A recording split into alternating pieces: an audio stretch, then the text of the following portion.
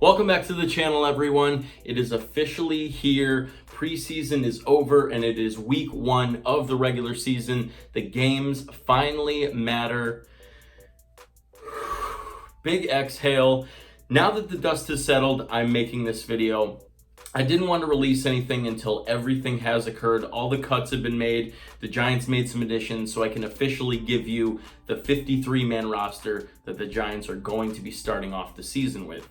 Before we hop into that, I just have to give a huge thank you to all of you guys. I hit the 100 subscriber mark, which is just awesome. I didn't expect anything like that to happen. I know that's the cliche that all YouTubers say when they start accumulating bigger and bigger numbers of subscribers. But honestly, the support has been awesome. Thank you guys so much for subbing to the channel. Just continue to do what you're doing. I want to build this channel and do more and more. I want to do giveaways. I want to do more fan-oriented things. So keep sharing the videos, keep liking, keep subscribing, and keep watching these videos. You know, it really does mean everything to me. Without question, there are a lot of people questioning some of the moves that have been made by the Giants up to this point. A few of them that I actually predicted weeks ago. So it wasn't all that surprising to me when they did occur. I'm going to be breaking this down into 2 parts here. So this first video that you're watching right now is going to be focused on all defensive moves. That'll be part 1. In part 2, I will be going over everything the Giants did on offense and some things that I am so excited to talk about when it comes to our offense. But I'm going to be breaking down the defense first here. So without going on too long here, again, thank you all so much for the support. Let's get right into breaking down that 53-man roster on the defensive side of the ball.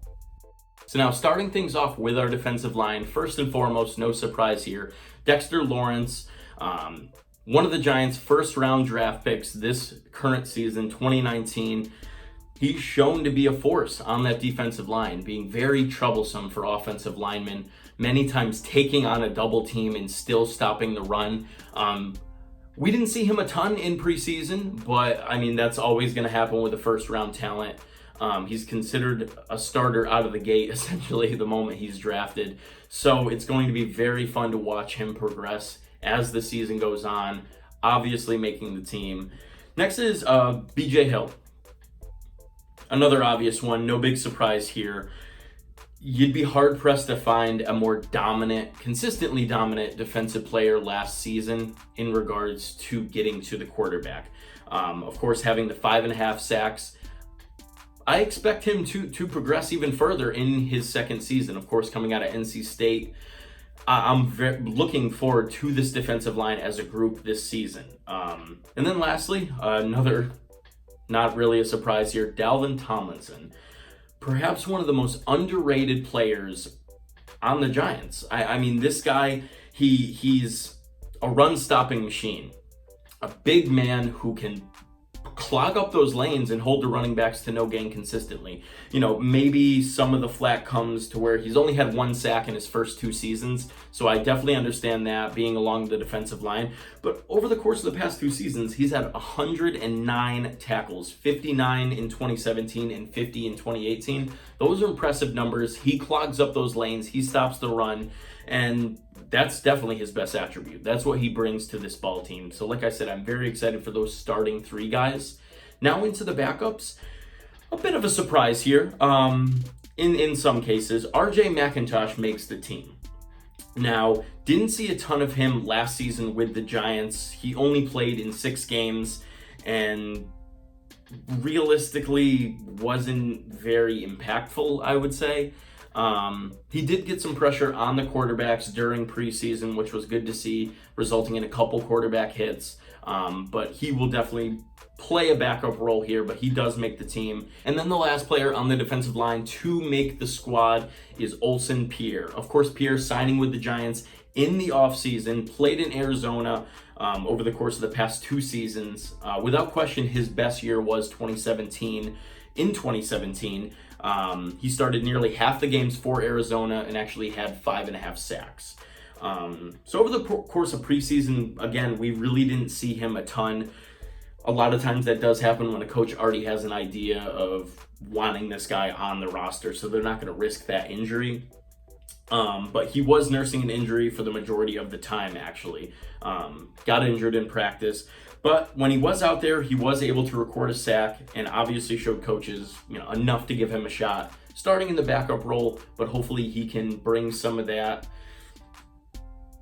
QB pressure, that ability that he showed in 2017 this year in 2019 for the Giants. Now we're going to jump into the cuts along that defensive line. Some surprises here. First, I want to talk about Chris Slayton. Now, of course, Slayton was the Giants' 7th round draft pick out of Syracuse. Had an okay preseason. He showed a lot in training camp, but during preseason, the time he did get, he was able to record a tackle in all 4 preseason games, which was good to see. He held his own out there.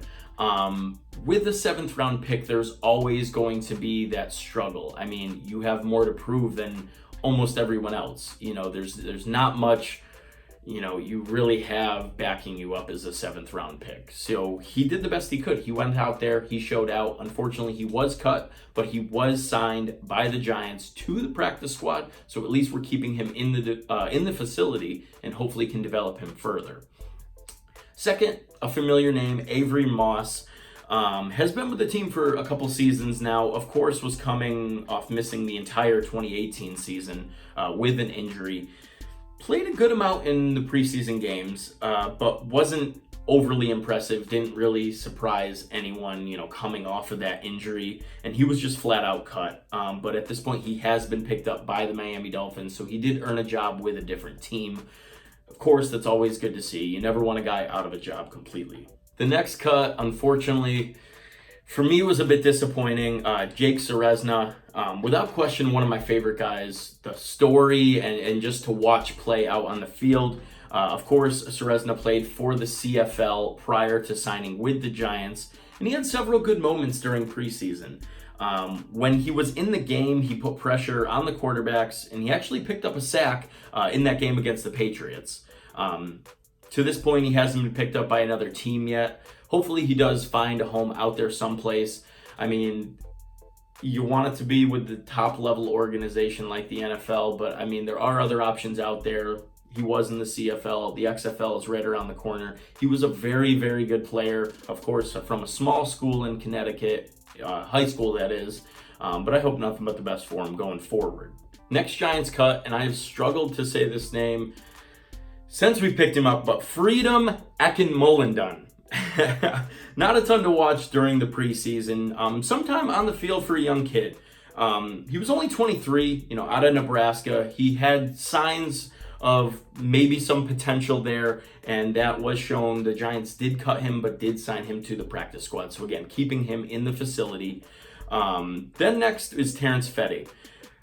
Giants brought in another local guy to training camp, which is awesome. I mean, they did that with several people this year, which was really cool to see. Just, the feel-good story, if you will. Fetty, of course, from, as I just said, the New York area, has been in the league since 2014. So he's been around quite a bit. When he was drafted by the Miami Dolphins, he predominantly played as a backup. After completely being out of the league in 2018, not picking up any offers from any team, he worked hard and he got the call from the Giants. Was given a chance to play, and he did his best in the games. His best game was definitely against the Jets, where he actually got in for a sack. But as I said, he was cut, and to this point, he hasn't been picked up yet. Moving right along here, Jordi Jenkins. This one was a surprise for me. Initially, when preseason began, I did believe that Jenkins would make the team. He's definitely a veteran presence. He's been in the league since 2013. I mean, predominantly playing with the Saints, Seattle, Chicago, and now, of course, New York. He was on the team in 2018. He got in 7 games, but never recorded a tackle. The team decided to bring him back for the 2019 training camp, but obviously didn't do enough to make the team. He looked pretty good. He had 3 games with multiple tackles and even picking up a sack in the 4th and final preseason game against the Patriots. But this Giants just decided to go with some younger guys along the D-line. But again, he was picked up by the Miami Dolphins, which is good to see. Teams looking for a veteran presence. As you're going to see as this video goes on, the Miami Dolphins had a field day with picking up some of the scraps the Giants left on the table. But that's all we have for the D-line. I'm going to move right along now into the linebackers. And one of my predictions in regards to linebackers didn't exactly maintain the truth that I thought it would, but it was, in a sense, I was correct. But we'll get into that in a second, starting with the guys that did make the team. Alec Ogletree. So now he was named one of the Giants captains this year. If you've watched any of my previous videos, you know he's not my favorite linebacker, but he's certainly an upgrade and one of the better ones we have on the team. Of course, coming off a 93 tackle, 5 interception season last year, mainly for him, the focus, I believe, is going to be to mentor the young linebackers I'm about to talk about next. You know, he's been around the league a long time. He's got a lot of experience. He does have talent. He knows what he's doing at the linebacker position, both in run support and pass coverage. Obviously, all preseason and training camp kind of hampered by that calf injury. But he's going to be a well of knowledge for these young guys. So I'm happy he is named a captain. Obviously, no concern about him making the team. But to bolster that Giants' future at interior linebacker, he was essential. Now, speaking of one of the young guys, first, Tay Davis. A very young, talented second-year player for the Giants. He looked pretty good last season, considering he was a rookie free agent signing for the Giants, and 30 tackles, 2 sacks, pretty good return on investment there. As I said, rookie free agent, not drafted. But coming into the season, it was clear he's definitely improved as a player. He's worked on his craft, and he's definitely looked good in the eyes of the coaches. As I've mentioned many times, he's running consistent reps with the first team defense, which is so good to see. I mean, the injury early to Ogletree might have helped with that, and the poor play of BJ Goodson. Don't worry, we'll get into that. But he saw a lot of first team reps, which was great in his development. Is he flawless? Absolutely not. That Bengals game was definitely an eye-opener, and he kind of got exposed, and his limits as a linebacker were shown. But definitely excited to see what he has coming into the second year. As I said, he has Ogletree, who has so much knowledge about the game of football. It'll be good to see. I believe he will probably be starting at middle linebacker week 1 alongside Ogletree. Then another young guy that's going to get some much needed reps this coming season, and I'm so happy he made the team. For me, it was one of my favorite players to watch all preseason, Ryan Connolly. All preseason, all you saw was 57 running everywhere on the field. Wherever the ball was, he was there, either assisting with the tackle or making the tackle. He is the definition of a hustle player who earned this spot in the team. Obviously, no guarantees as a 5th round pick. As I said with the 7th round pick, anywhere from 5 to 7, it's kind of up in the air whether you're going to make the team. So for him, it was all about hustle, all about intensity, and he took advantage of his opportunities. You know, the linebacker from Wisconsin was all over the field, and he makes the 53-man roster. I believe very, very soon it is going to be a combination of Tay Davis and Ryan Connolly running the middle for the New York Giants, and that sounds so good to me. These guys are so young, so talented. Ogletree is going to be essential in their development, teaching them and showing them the ropes, but I think we have a very bright future at interior linebacker. Next up is Nate Stupar. So Stupar will once again make the Giants roster. I mean, he was a really good unnamed leader last season. Been around the league a long time, a lot of time with the Saints, and he's definitely a special teams player, but he's one of those guys that understands his role and goes all out with it. You know, he understands that he won't be really seeing much time on the field, especially with the young depth that we have at interior linebacker, but he embraces that role on special teams, and that's why he makes the team. David Mayo. So now, if you don't know that name, it is somebody that the Giants picked up after making all of their moves and cuts within the organization. We ended up signing Mayo as a backup linebacker. He's only 26, but he already has 4 years of experience in the league.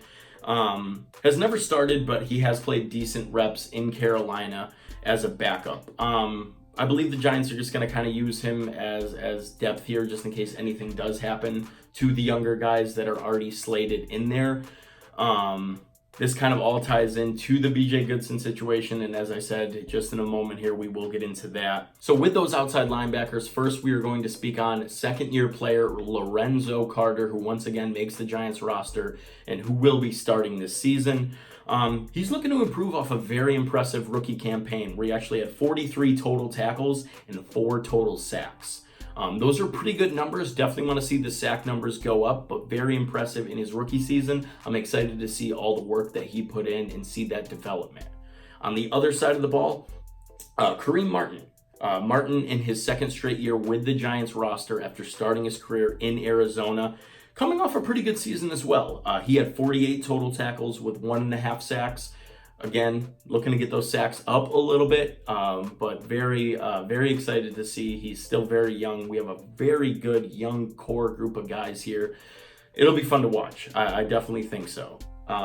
Moving into yet another young guy, the X-Man, Oshane Ximines, the Giants' third-round draft pick, has made the roster after a very impressive training camp and preseason. Obviously, his best outing was the Bengals game where he had 2 sacks. I'm very excited to see what he does. I mean, such a cool story out of a very small school that's never had an NFL draft pick. He's coming right in, going to back up most likely Lorenzo Carter. I'm excited to see what he's able to do this season. And then lastly, Marcus Golden. The Giants signed Golden in this offseason, hoping to bring a little bit more of a veteran presence to the outside backers. Golden, of course, broke out in a big way in 2016. 12.5 sacks that year with the Cardinals. Let's see if he can recreate that and bring some of that energy back to the Giants. Definitely want to see a couple guys with double-digit sacks this year. That would be awesome to see. We've definitely lacked pressure in the past, which is not typical Giants football. You know, we've been known to have really strong defensive line play, and then we had a couple of years where it just hasn't been there. But with these additions, I definitely hope we're going to get back to the quarterback again. You know, that's been the trademark of the Giants defense, getting to the quarterback. So that's our current group. So let's get into some of the cuts at the linebacker position now. First couple cuts I'm going to go over here are tough to report, but they do have a silver lining. I mentioned hustle players when talking about Ryan Connolly earlier, and it would be a mistake not to mention Josiah Tawaefa in that category of hustle players. He was all over the field also this preseason. You know, you saw the ball, you saw him seconds after. He had a very impressive stat line in many games this preseason. He impressed the coaches enough to where they took this 22-year-old guy and they did throw him on the practice squad. So at least we're not losing him entirely. You know, we're keeping him in the facility. I just want to see him continue to develop. You know, he a bit of an undersized linebacker, but he has heart and determination. Who knows what the future is going to hold for him, but based on what we saw in preseason, the talent is definitely there. And as I mentioned, another guy that was cut, but also has a silver lining, a hustle guy named Jake Carlock. Coming out of week 1 of preseason, the game against the Jets, besides Daniel Jones, you'd be hard to look at any report that didn't mention Jake Carlock's name. It was well deserved, obviously. I mean, he has playmaker ability in spades. Did he dip down after that game? Unfortunately, yes, but you can't take away what he did. He had a sack in that ball game, also a pick six on a ball that he batted down himself. A local kid with a ton of heart, and it did pay off because it did result in him getting signed to the practice squad. So again, keeping him in the facility. Hopefully he can develop and become an impact player for the Giants. Another cut for the Giants was Joey Alfieri. When it happened, I said, who? I didn't see a ton of him until the Patriots game. And I mean, he's still a young kid, but obviously a long shot. Unsigned free agent, has been cut. Nothing else really there. I mean, as I said, we really didn't see much from him. Next up was Keon Adams. Has been cut once again by an NFL team. Still a young guy, only 24, but a former 7th round pick. As I've said, it's not the easiest road to make an NFL roster. Did have a sack in the preseason game against the Bengals, but that was really only his only highlight of preseason. And to this point, he has not been signed by another team. Next up, Jonathan Anderson, formerly of the Bears and Cardinals, was cut after being beat out for the backup role by assumingly Stupar and Connolly mainly. But he was put on IR. He was battling injuries going into that Week 4 game against the Patriots, so he is on IR. Then lastly, everything that I've been building up to this moment, I called it.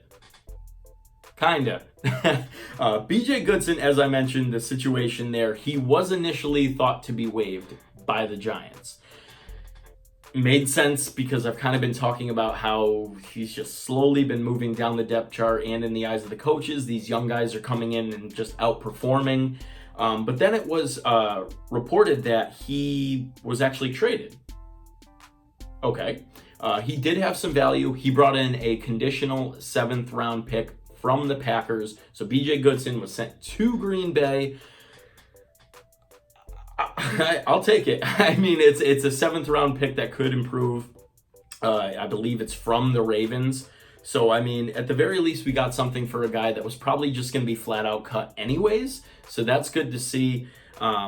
As I said, just moving out of favor with coaches. The young guys that I mentioned that made the team already just have outperformed him.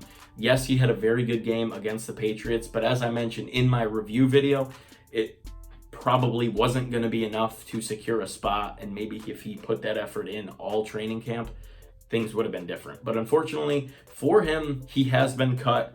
But like I said, at the very least, we ended up getting something for him. Now, moving right into our secondary, of course, we had a lot of very young guys make some big impressions here and have some great preseasons. Not too many surprises here.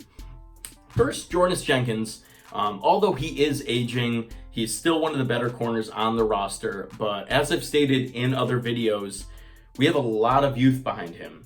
So don't be surprised come season's end if he's no longer wearing blue. But as of right now, he is going to be our CB1, if you will. Moving into CB2, DeAndre Baker. The Giants, of course, taking Baker in the 1st round out of Georgia. Very talented young cornerback, excuse me. He had some injury concerns early in training camp and kind of throughout preseason, so we didn't see a ton of him out on the field. But if you watched any of his play at Georgia, it's clear of his ability and why the Giants actually traded back into the 1st round to take him, which would have been our 3rd pick in the 1st round. So I'm excited to see him out there Week 1 against Dallas at cornerback 2, just on the side of Jordi Jenkins. Now I'm excited. It's official. Not that there was any concern whatsoever, but Corey Ballentine, one of the biggest surprises in preseason, has made the team. If you watched any of my previous videos, you know how high I am on Corey Ballentine. Such a talented young corner who went through so much adversity, all throughout, he the highest of highs, getting drafted by an NFL team, to the lowest of lows, watching your friend get shot, you yourself getting shot. For him to be able to come back from that, the mental toughness this kid has, it's so great to see, and I'm so happy it's official that he's on the roster. A 6th round pick, no guarantees there whatsoever. I'm just excited. He clearly has shutdown abilities. He's shown that in the preseason games that he's played. As I alluded to a moment ago, the whole Jordi Jenkins situation, he is aging, and depending upon how this season goes for the Giants, he might no longer be in blue, as I said, and I wouldn't be shocked whatsoever if Baker ends up at cornerback spot 1 and Ballentine at cornerback spot 2. And I've said that in previous videos. 2 rookie guys starting at cornerback by the end of the season. Wouldn't be opposed to it. You know what I mean? Hopefully we're on the upswing this season and we're contending for playoff spots, which would probably result in Jordi not getting traded. But the future of the Giants is very clear at cornerback. Next position is one of my favorite guys to watch in our secondary last season, Grant Haley. Again, not perfect, made a few mistakes last year, but he's a very young player who learned a lot last season. Predominantly, he's going to be in the slot for us. Only 5'9", but he has shown that doesn't hamper his ability to come up and make tackles or in pass coverage. He looked very good in preseason, and I hope he builds off of that good performance last year as well. Grant Haley officially making the team. Next up, Antonio Hamilton. So now Hamilton, before suffering that injury in preseason, looked pretty dynamic in the return game. So now he, of course, is slated on the depth chart as a cornerback, but I believe he will get most of his playing time at return, both punt and kick return. I'm excited to see him come off that injury. He's a very dynamic player. He's going to back up our cornerbacks and then also return, as I just said. I'm stalling because Sam Beal. I hate saying the name. I talk about him way too much, but how can you not? Sam Beal has officially made the roster. Initial reaction, to be completely honest, was a little frustrated. I mentioned in my video prior to the Patriots game that if Beal doesn't play, how can you put him on this roster? A guy that has not seen a single snap of field action, not one snap. Last season gone all year. No preseason. Well, a little bit of preseason, like nothing last year. This year, barely participates in individual drills, misses all 4 preseason games.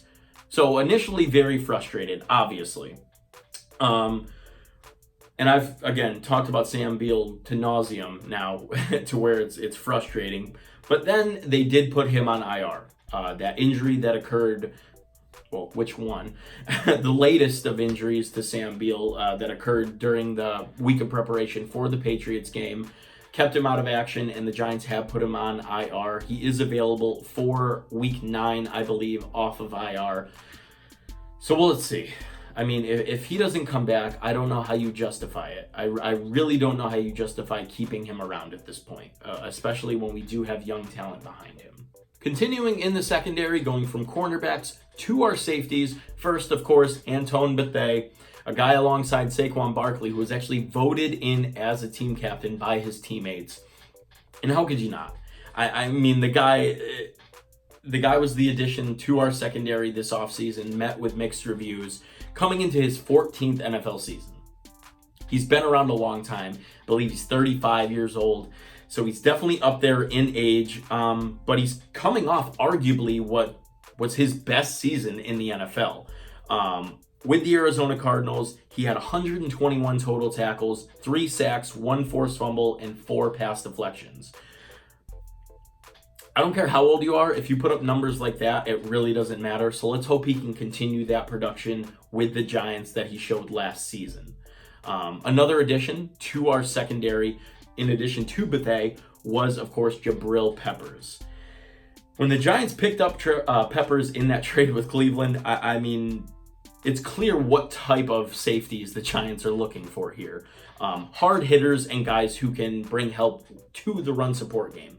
A lot of controversy came with letting Landon Collins walk and replacing him with, I don't want to say Landon Collins 2.0 because it's clear that they're not the same caliber player yet. But the Giants hope Peppers, coming into his 3rd season in the NFL, can finally kind of break out. He's had, some impressive moments with Cleveland in his past 2 seasons, but we really want to see him break out of that shell and show what promise he had coming out of college. Show who Jabril Peppers is here. Moving into our backups. Another Giants captain, Michael Thomas, once again will be playing for the Giants. Starting off his career with 5 years in Miami, came to the Giants last season. Obviously brings more to the team than just a backup player. It's that knowledge that he has, that leadership ability. Again, why he's one of the captains. Thomas had a good season last year, though. He had 2 interceptions. Most likely, but predominantly is going to be backing up Peppers here. But again, it's all that knowledge in that secondary, in the safeties room there, being able to give it to the teammates. So we have a really good mix of both rookies here, younger guys and vets. Speaking of a very good young player the Giants have, Julian Love. I really like what I saw out of Julian Love in the preseason. 21 years old. I mean, you can't get much younger in the NFL. We picked him up in the 4th round of the 2019 draft. Made, a few mistakes here and there, but on the whole looked more than capable in pass coverage and able to make tackles when necessary. He's in a really, really good spot here.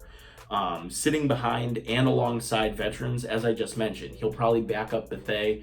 And then he's got Michael Thomas right next to him as a backup. There's so much knowledge in the Giants locker room. I expect him to progress very, very quickly.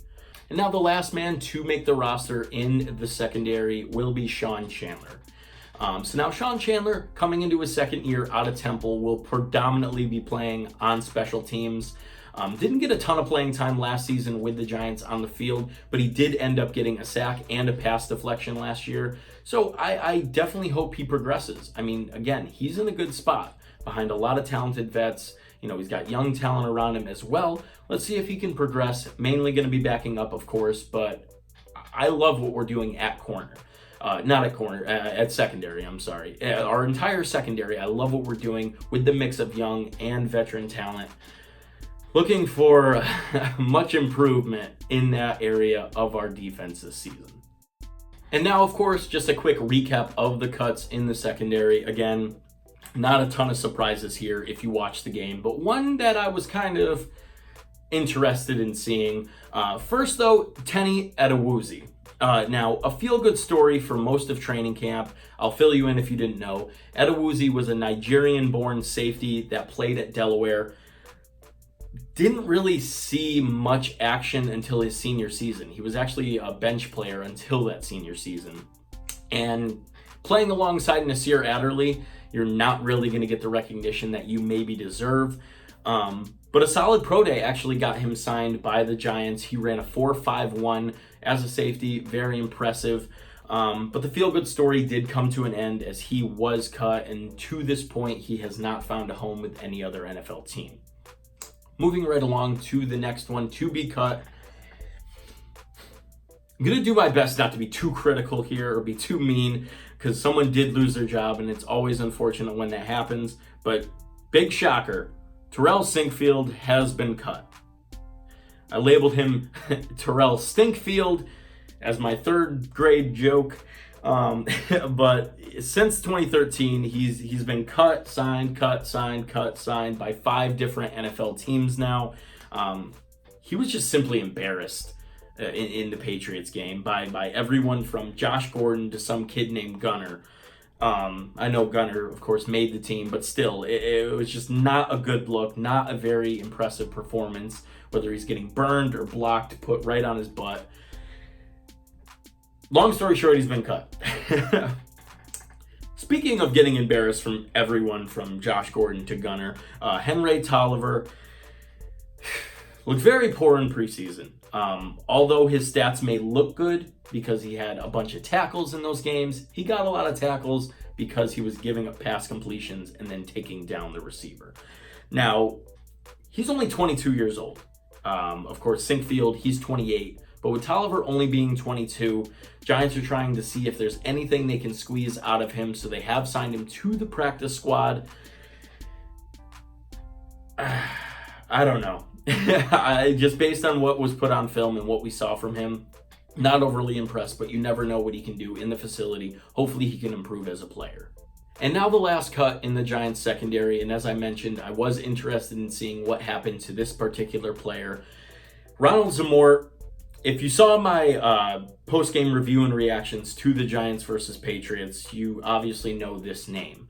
Zamort alongside Julian Love benefited greatly from that performance in the eyes of coaches, facing Josh Gordon, Demaryius Thomas, Julian Edelman, elite level receivers. And on the Patriots' first 2 drives, Zamort guarded Gordon and Thomas very well. Dare I say he shut them down on those first 2 drives. He let up a few pass completions, of course, but these are elite wide receivers. But he actually did come up with a few pass deflections in the ball game. Unfortunately, though, he was injured in that game, removed from the game, and now he is on IR. it's tough to see because you saw potential out of him. I mean, if he's able to shut down those two guys, I know it's Stidham throwing the ball and not Tom Brady in that game, still impressive. But as I said, on IR. So that's it. That's the complete look at who's made the team, who was cut, and who was added on later to our defense. I'm just so ready for football to begin. I'm ready for football to finally count. I'm ready for the regular season to get going. We saw a lot of young guys make big impressions in the preseason. And as I mentioned, a few of them have actually made the 53-man roster and will have a chance to show what they can do now that football counts. And a few guys have been added to the practice squad. Hopefully they can develop, but we will definitely see. This, as I mentioned, is part one of this series. I won't say a series. Part one on the defense. Part two will be focused on the offense. So definitely keep a look out for that video later on today. I will be dropping that later in the afternoon, breaking down just all the moves on offense, similar to this video as well. But I hope you enjoyed it. If you did, please leave a like. And again, guys, thank you so much. Hitting 100 subscribers is more than I envisioned for this channel. I'm just doing it for the fun of it. As a Giants fan, I love talking trash about sports. I love getting the comments in. So thank you so much for leaving them. And just keep doing what you're doing, guys. Like I said, I really want to build this channel. So like the video, share it wherever you want.